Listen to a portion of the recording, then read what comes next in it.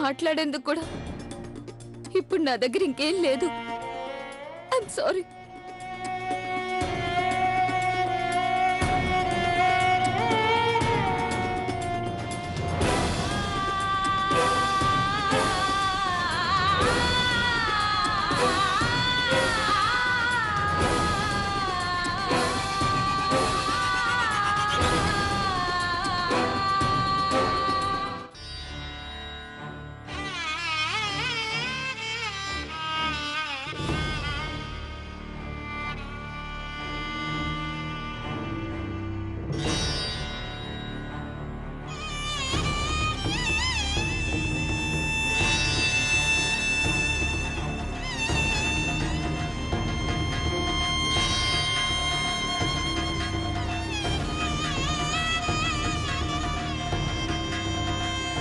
నేను కల్లో కూడా నిన్ను నా నుంచి దూరంగా వెళ్ళనేవును ప్రియా.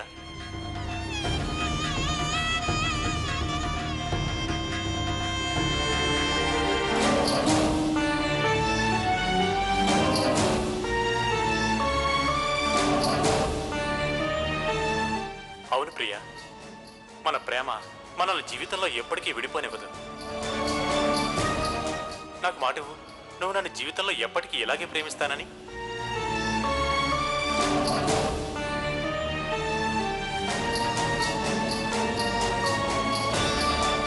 కాలం మనకు అనుకూలంగా ఉన్నా లేకున్నా నువ్వు నాకు తోడుగా నిలుస్తావు కదూ.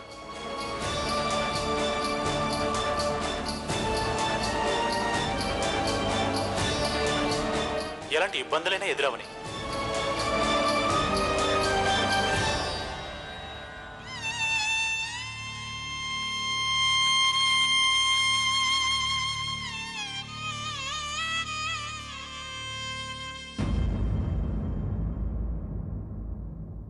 ఎలాంటి ఇబ్బందులైనా ఎదురవని. మన ప్రేమ ఎన్నటికీ తరిగిపోదు.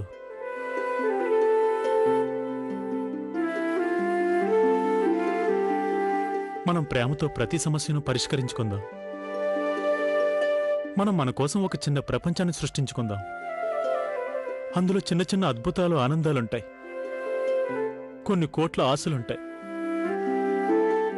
చిట్టిపొట్టి కోట్లాట్లుంటాయి. అనంతమైన మన ప్రేమకు తోడుగా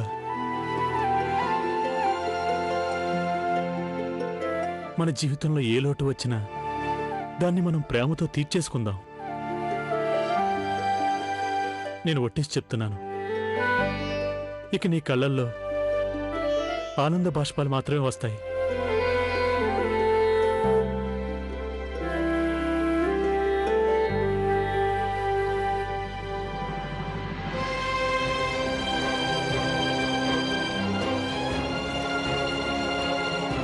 నేను ఒట్టేసి చెప్తున్నాను, ఒకవేళ ఈ కళ్ళల్లో కన్నీళ్ళు వస్తే నీకు నాపై ఉన్న ప్రేమతో వాటిని ఆనంద భాష్పాలుగా మార్చేస్తాను. మనం కలిసిమెలిసి సుఖ దుఃఖాల్ని పంచుకుందాం. ఇలాగే నువ్వు నా జీవితాంతం నా అసంపూర్ణ మాటల్ని పూర్తి చేస్తూ ఉంటావా? నా అసంపూర్ణ మనసుకు తోడుగా ఎన్ని జన్మలైనా నీతోనే ఉంటాను.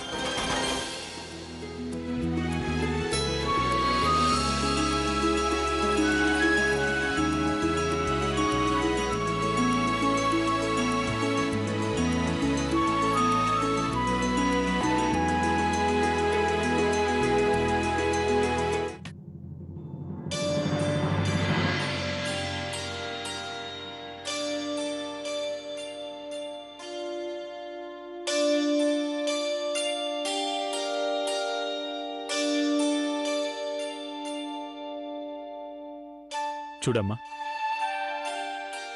మా వల్ల తెలుసో తెలియకో చాలా పెద్ద పొరపాటు జరిగిందని మేము అర్థం చేసుకున్నాం. మేము ఒట్టేసి చెప్తున్నాం, ఇదే మేము చేసిన మొదటి తప్పు, చివరి తప్పు కూడా. ప్లీజ్ మమ్మల్ని క్షమించండి అమ్మా. అత్తయ్య గారు, సారీ చెప్పడం తప్ప నేను ఇంకేం మాట్లాడలేను. ప్లీజ్ మమ్మల్ని క్షమించండి. కోడలా, పిల్లల్ని క్షమించానని చెప్పు. పిల్లలు నిండు మనసుతో క్షమాపణ అడుగుతున్నారు.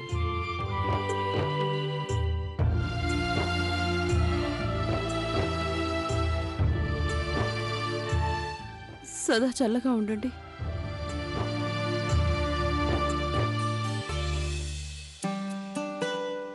అయినా ఈ వీడియో నీకెలా దొరికింది? మీ ఇద్దరిని కలపడానికి నాకిదొక్కటే దారి కనిపించింది.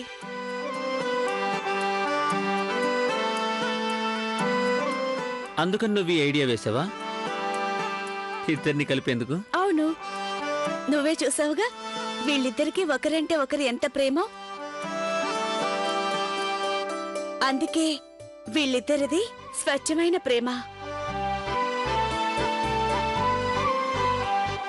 అదేంటండి అలా అంటారు?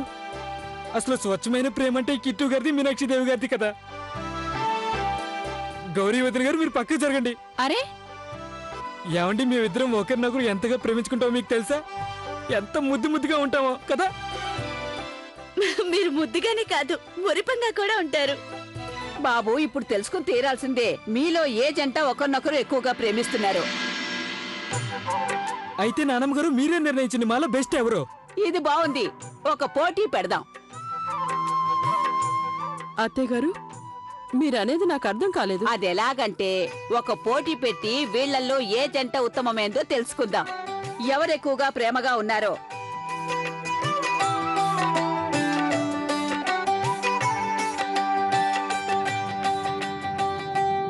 ఏ పిల్ల, నువ్వు అక్కడి నుంచి పళ్ళు కిలుస్తున్నావేంటి? వచ్చి ఆశీర్వాదం తీసుకో. అరే, నువ్వు లేకపోతే ఇదంతా అయ్యేదే కాదు. అరే రమ్మనానా?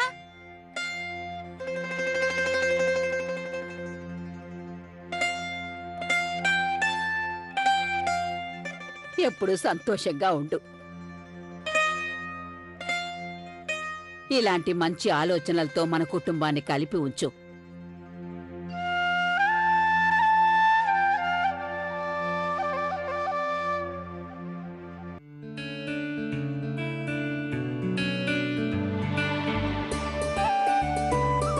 చల్లగా ఉండు.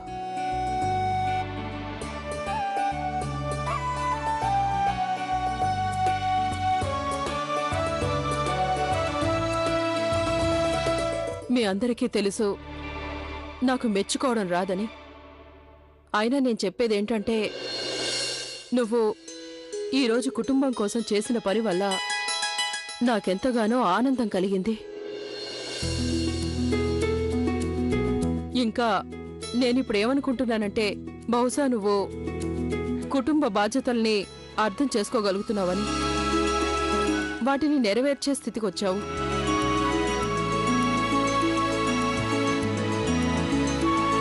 నువ్వు కూడా కౌసల్య, లవ్లీని అర్థం చేసుకోవడానికి చాలా సమయం తీసుకున్నావు. అరే, నేను మొదట్లోనే చెప్పానుగా, నీ 5వ కోడలు చాలా తెలివైందని. తన మాటల్లో ఏదో మాయుంది.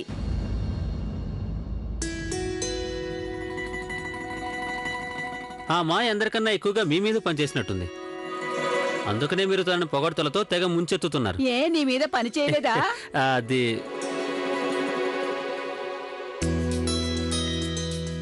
సరే బాబు, ఏడుపులు పెడబబ్బులు ఎక్కువయ్యాయి, సరదాలు ఎక్కువయ్యాయి. మీరు త్వరగా వెళ్ళి టిఫిన్ చేయండి. తర్వాత 3 గంటలకి ఇక్కడికి రావాలి. ఒక పోటీ జరగబోతోంది. ఇక పదండి, వెళ్ళండి వెళ్ళండి.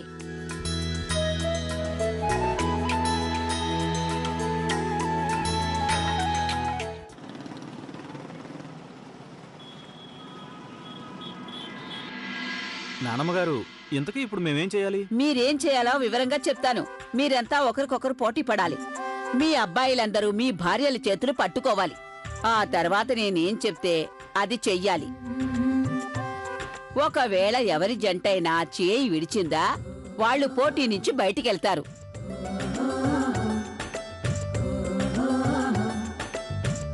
తాతమ్మ, ఈ ఆట భలే బాగుంటుంది. మేం కూడా చూస్తాం. తప్పకుండా చూడండి. రండి, ఇలా కూర్చోండి. అందరూ సిద్ధమేనా? అబ్బాయిలు త్వరగా ఎవరి భార్యల చేతులు వాళ్ళు పట్టుకోండి. నానమ్మగారు, నేను గౌరీ పెద్దవాళ్ళం కదా, ఇలాంటి ఆటలు మాకు బాగుండవేమో. వాళ్ళు ఆడుతుంటే చూస్తాం. అరే నోరుమి, నువ్వెంత పెద్దవాడివైనా నా దృష్టిలో పసిపిల్లాడివే. నీ భార్య చేయి త్వరగా పట్టుకో, లేదంటే ఆడకముందే ఓటమి ఒప్పుకో. అలాగే. లేదు లేదు, ఓటమిని ఎలా ఒప్పుకుంటాం? అసలు పోటీయే మొదలు పెట్టలేదు కదా బామ్మగారు. అందుకే మేము ఆడతాం. ఈ ఆటలో చేతులు పట్టుకోక తప్పదా?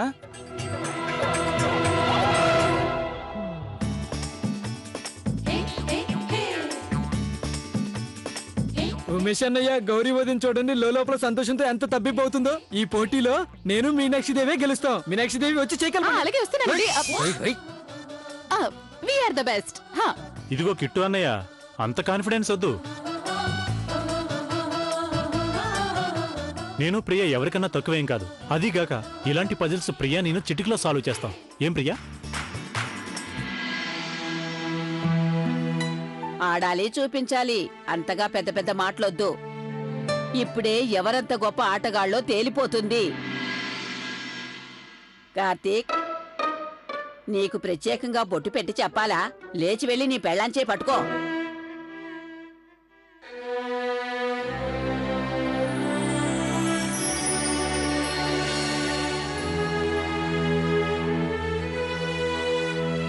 అత్తయ్య గారు, ఇలా జంటలెందుకు కట్టిస్తున్నారు? పెద్దవాళ్లతో చిన్నవాళ్లకు పోటీ పెడితే ఏం బాగుంటుంది? మీరే చూస్తారుగా, అందరూ పిచ్చి పిచ్చిగా చేస్తారు ఇప్పుడు. అరే కౌసల్య, జీవితాన్ని అనుభవించాలంటే ఈ పసితనం ఉండాలి, కొద్దిపాటి పిచ్చితనం ఉండాలి. బామ్మగారు, మీరు త్వరగా పోటీని మొదలు పెట్టండి. మొదలు పెడదాం. కౌసల్య, ఇందులో నుంచి ఓ చిట్టి తీ. నన్ను తీయమంటారా? నువ్వే తీయమన్నాగా. తెరిచి చదువు. లోకంలో అన్నిటికంటే గొప్పది ప్రేమ.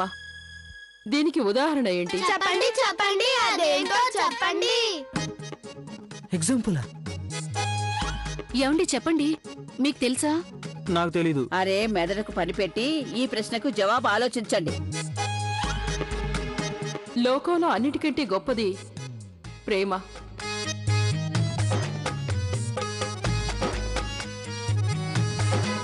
వెళ్ళండి మీ గదుల్లోకి, ప్రశాంతంగా ఆలోచించుకోండి. అలాగే వెళ్దాం పదండి. పద. ఇంకో మాట, చెయ్యి విడవద్దు. చెయ్యి విడిచారా ఆటోలో నుంచి బయటికే.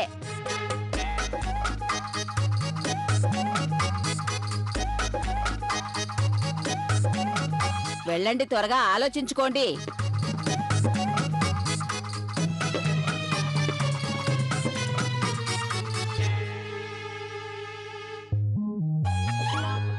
చేయి వదిలిపెట్టి ఆలోచించు. ఇదిగో ఇదిగో, చెయ్యి వదిలిపెట్టకు. వదిలితే ఆటలో నుంచి బయటికి వెళ్తారు. అలాగే పట్టుకుని ఆలోచించండి. సరే, వెళ్ళిపోయిందా? వెళ్ళిపోయింది. బామ్మగారు అనవసరంగా లింక్ పెట్టారు. ఏంటా జవాబు చెప్పండి. లోకంలో ప్రేమకి గొప్ప ఉదాహరణ ఏమై ఉంటుంది? అదేగా, అది ఒకరినొకరిని కలిపి ఉంచుతుంది, ప్రేమికులకు ఆదర్శంగా నమ్మకంగా ఉంటుంది. అదే కదా గౌరీ, నాకు అదేంటో అర్థమైంది. అదేమంత గొప్ప ప్రశ్న కాదు, చాలా తేలికైన విషయం. ఇద్దరిని కలిపి ఉంచేదేంటంటే భోజనం. భోజనమా? అవును, అంతకన్నా ఏముంటుంది? నీ గుర్తుందా, మేము మొదటిసారి నేను చూసేందుకు వచ్చాం కదా, అప్పుడు నువ్వు మా కోసం రుచికరంగా ఆలూ పరోటాలు చేసి పంపించావు. ఎంత రుచిగా ఉన్నాయవి. అరే, ఆ రుచికే నేను పెళ్లికి ఒప్పేసుకున్నాను. చూడు మరి, ఆ పరోటాలే మనల్ని ఇంకా కలిపి ఉంచాయి. యాండి, మీరింతకు ముందెన్నడూ ఈ విషయం చెప్పనే లేదు. ఈరోజు మొదటిసారి మీరు మమ్మల్ని మెచ్చుకున్నారు. నాకు చాలా ఆనందంగా ఉందండి. అరే, ఆలస్యం అవుతోంది. అందరూ బయట ఎదురు చూస్తూ ఉంటారు. పద, వెళ్ళి నానమ్మకు జవాబు చెప్పేద్దాం. అలాగే. పద. ఒక్క నిమిషం. అది నా అనుమానం ఏంటంటే అంత తేలికైన జవాబు అయి ఉండదు. అంటే మనిద్దరి మధ్యలో జరిగినదే లోకంలో ప్రేమకి ఉదాహరణ ఆలు పరోటాలెలా అవుతాయి? సరిగ్గానే ఆలోచించావు నువ్వు. గాడ్ ప్రామిస్ నానమ్మ గారు ఇంత కష్టమైన ప్రశ్న ఎందుకు వేశారు? మన ఇద్దరి ప్రేమకు ఉదాహరణ మన లక్కీ గాడు. లోకంలో గొప్ప ఉదాహరణ అంటే పిల్లలేగా, పిల్లలే మన లక్కీ. మన లక్కీ గాడే.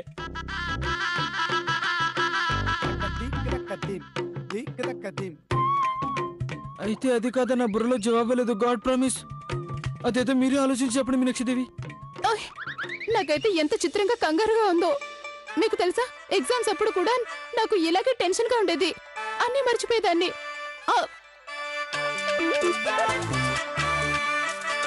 ఇంకా ఆకలి కూడా బాగా వేసేసేది.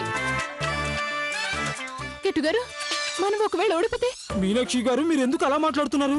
ఓడిపోతే గాడ్ ప్రామిస్ మన పొరుగు అంతా పోతుంది. లేదు లేదు, మనం అస్సలు ఓడిపోకూడదు. అయితే జవాబు ఆలోచించాలి కదా. అయితే ఒక పని చేద్దాం, మిగతా వాళ్ళంతా కూడా ఏం చేస్తున్నారో చూద్దాం. ఏదో ఒకటి చేస్తూ ఉంటారు కదా, అది చూస్తే మనకి జవాబు తట్టొచ్చు కదా.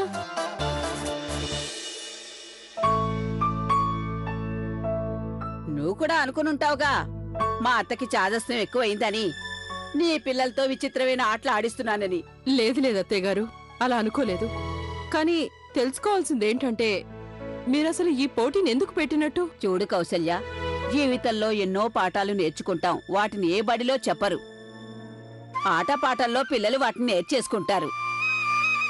అత్తయ్య గారు, నాకిది అర్థం కాలేదు.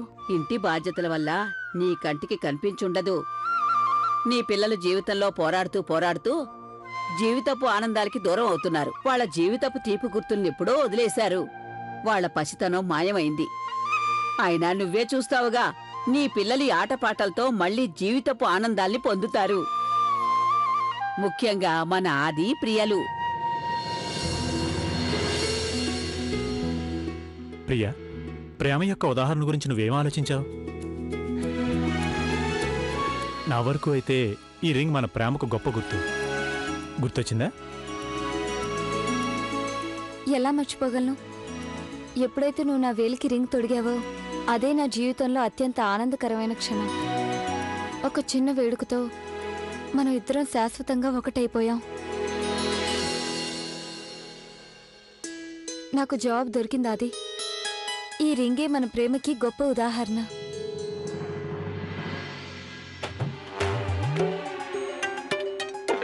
అరే, ఏం చేస్తున్నావు నువ్వు? నాకైతే మనం ఫస్ట్ రౌండ్ లోనే ఓడిపోతాం అనిపిస్తుంది. కార్తీక్, నువ్వు ఓటమిని ఒప్పుకుంటావా? ప్రేమ కోసం జనాలు ప్రాణాలు పెడతారు. షాజహాన్ తన భార్య మీద ప్రేమతో తాజ్ మహల్ కట్టించాడు. నువ్వు ఈ సింపుల్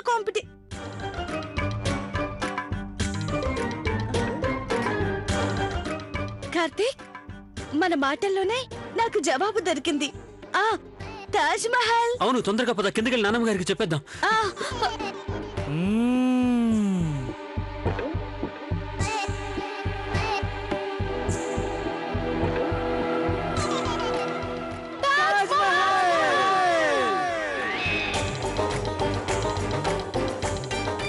పద మీనాక్షి దేవి, పరిగెత్తు. అరే, ఆన్సర్ మాది. చీటింగ్ చేస్తారా? స్పీడ్గా మీనాక్షి దేవి, ఫాస్ట్ గా పరిగెత్తు. అయ్యో, కిట్టూనే ఆగు. ఆన్సర్ మాది. మేమే తాజ్ మహల్ అన్న ముందుకు చెప్పాం. అది ఇలా షార్ట్ కట్ లో వెళ్దాం. లేవండి, త్వరగా పదండి. చీటింగ్ చేస్తున్నాడు, అంతా చీటింగ్. కిట్టూనే చీటింగ్ చేస్తున్నాడు. తాజ్ మహల్.